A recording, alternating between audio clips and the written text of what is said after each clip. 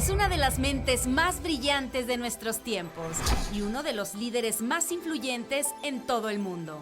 En 1976, este hombre, Steve Wozniak, fundó la empresa Apple junto con su amigo Steve Jobs. En pocos años, este sueño que nació en un garage se convirtió en la compañía de tecnología informática más grande del mundo. Hoy, Steve Wozniak viaja por el mundo para incentivar a los jóvenes a no rendirse hasta lograr sus metas. De visita en Morelos, Woz, como es llamado de cariño, nos regaló unos minutos para que podamos conocer un poco más sobre su filosofía de vida. Oh my gosh, this is just one of the greatest times of my life. I travel the world talking to groups that are interested in entrepreneurship and technology, and this is a much more important one. It comes from my heart, and I explained it on stage. Do you like Cuernavaca, Morelos? In my life, it goes back to memories and things I did that were so important to me that I even talk about them to everyone I meet. And yes, I mean, I love it. Cuernavaca has changed a lot. Yeah. But this is the only place I ever kind of lived in a Spanish-speaking place. Okay. For 4 months.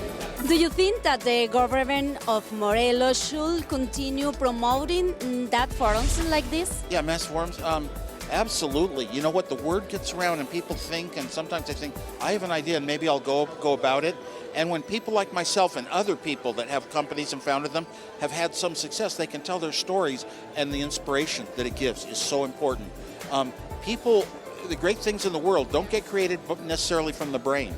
They get created more from the heart. Somebody wants to do something, even if they don't necessarily have the skills pre-taught, they'll find the way to do it. You know, if the teacher teaches good words that are all true, the students that learn the most are the ones who somehow they want to. It's fun for them. They enjoy the learning experience. Motivation's more important than knowledge for, changing this world. Yeah. And that's what comes from forums like this. What do you recommend to the young people starting in the professionals' careers? First of all, you're young. Maybe it means if you're going to work, you're just out of college or the university. And the first thing is you can take a job just working for any company that gets you an income because you need to pay for an apartment. You can start out, and when you're young, you have a lot of time of your own. And you can spend all your own time thinking up ideas, working them out on paper. If you're an engineer or know an engineer, start designing things, bring up a video screen that shows how it might work. Work on your own ideas even while you're working for another company, even if the company's not into digital technology at all, just, some other mechanical thing. That's okay because, the first thing you need if you're poor, remember Steve Jobs and I had zero money when we started, absolute zero, no savings accounts at all, no rich parents. So we want to tell those stories that still it's in your head. And if you really want to do something, work at it and think of it on your own. I worked at a company called Hewlett-Packard. I was a top engineer in the world. I didn't have a college degree yet, oddly enough. I was that good. But while I worked there, my life was computers, and they weren't doing computers in my division. They were doing little handheld calculators, and I worked on my own time, all my own time, to finally build a computer for myself. That's where it came from. And then I let Hewlett-Packard have the first option on it. I said, you can have it. But they didn't want it back then. So the important thing is, even if you're working for a company that it's not what you want to do in your heart, what you're great at and the ideas you have, you can work on them on your own anyway. When you're young, if you don't waste your life and throw it away.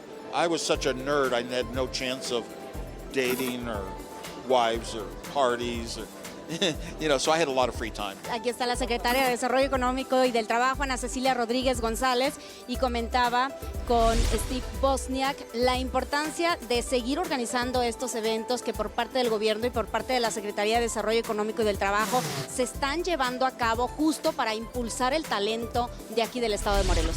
Es correcto, Judith, y la verdad estamos felices de que esté Steve Wozniak aquí con todos en este evento, en donde lo que estamos buscando es justamente que los jóvenes vean posibilidades, vean con un ejemplo como él, de un gran emprendedor, y sobre todo que se sigan capacitando, saber, como dice el gobernador Cuauhtémoc Blanco, los jóvenes no son el futuro, los jóvenes son el hoy. They get asked questions, how do we do it sometimes? And you know that sometimes it takes money to really turn something into something. I mean, we could create our Apple computers, but it was an investor that believed in us, believed our story when almost no one else did, that put in the money. And you know what? Everywhere I go in the world, I find there is a lot of money. It's just that they don't invest it in these new startups and the digital world and the change in the world. So you have to, people have to become braver about, I'm going to take some risks and I might hit those big home runs, and really change the world and make a ton of money. Yeah, this is very important. Y efectivamente, tenemos la responsabilidad de apoyar para cambiar el mundo. Entonces, de verdad, un gusto tenerte aquí, un gusto y por supuesto siempre bienvenido y regresa pronto, Steve. You have to come back to Morelos. I absolutely, this is the first place, if I ever got the time, that I would come. And it may even be in the next couple of months where I get December and January, where I get freedom for only 2 months a year, kind of. Well, 2 months in the deep winter and then 2 months in the deep summer. And we take road trips. We get in the car and drive.